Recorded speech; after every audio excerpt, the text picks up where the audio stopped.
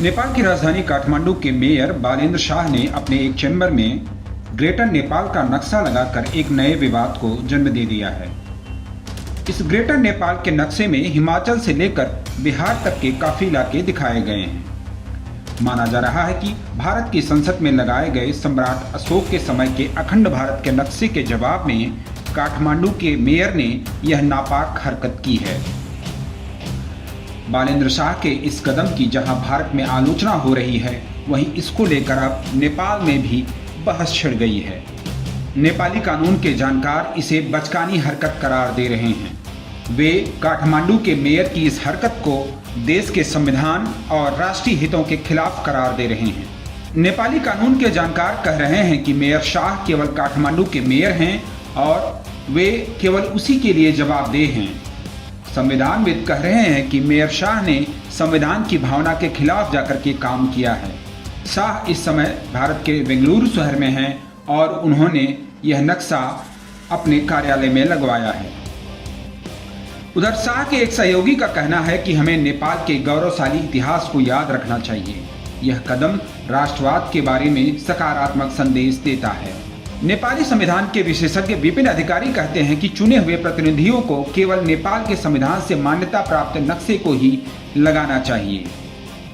इससे पहले भारतीय विदेश मंत्री एस जयशंकर ने अखंड भारत विवाद पर साफ कहा था कि यह केवल अशोक के साम्राज्य को दिखाता है। दरअसल एक समय में नेपाल का भूभाग पूर्व में तीस्ता नदी से लेकर पश्चिम में सतलज नदी तक फैला हुआ था। इस बीच अंग्रेजों के साथ युद्ध में नेपाल ने अपनी भूमि का एक बड़ा हिस्सा खो दिया।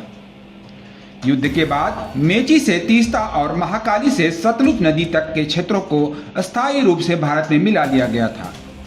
नेपाल और ब्रिटिश ईस्ट इंडिया कंपनी के बीच में 4 मार्च 1816 को सुगौली संधि पर हस्ताक्षर हुए थे, जिसने नेपाल के क्षेत्र को मेची महाकाली नदी तक ही सीमित कर दिया।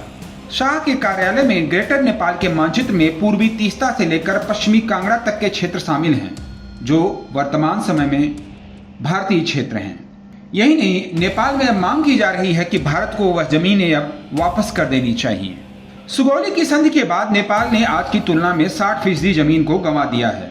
नेपाल के एक विशेषज्ञ कहते हैं, केवल जमीन एक देश को नहीं बनाती है, जनसंख्या इसमें बेहद अहम भूमिका निभाती है। जब एक जिम्मेदार चुने गए प्रतिनिधि इस तरह का फैसला लेते हैं तो उन्हें बहुत ही सतर्कता के साथ काम करना चाहिए। इससे पहले नेपाल के प्रधानमंत्री प्रचंड ने भारत यात्रा के दौरान भी इस अखंड भारत के मुद्दे को उठाया था। प्रचंड ने कहा था कि हमने इसे गंभीरता के साथ रखा था, लेकिन भारतीय पक्ष ने हमसे साफ कहा है कि यह एक सांस्कृतिक और ऐतिहासिक नक्शा है, न कि राजनीतिक नक्शा।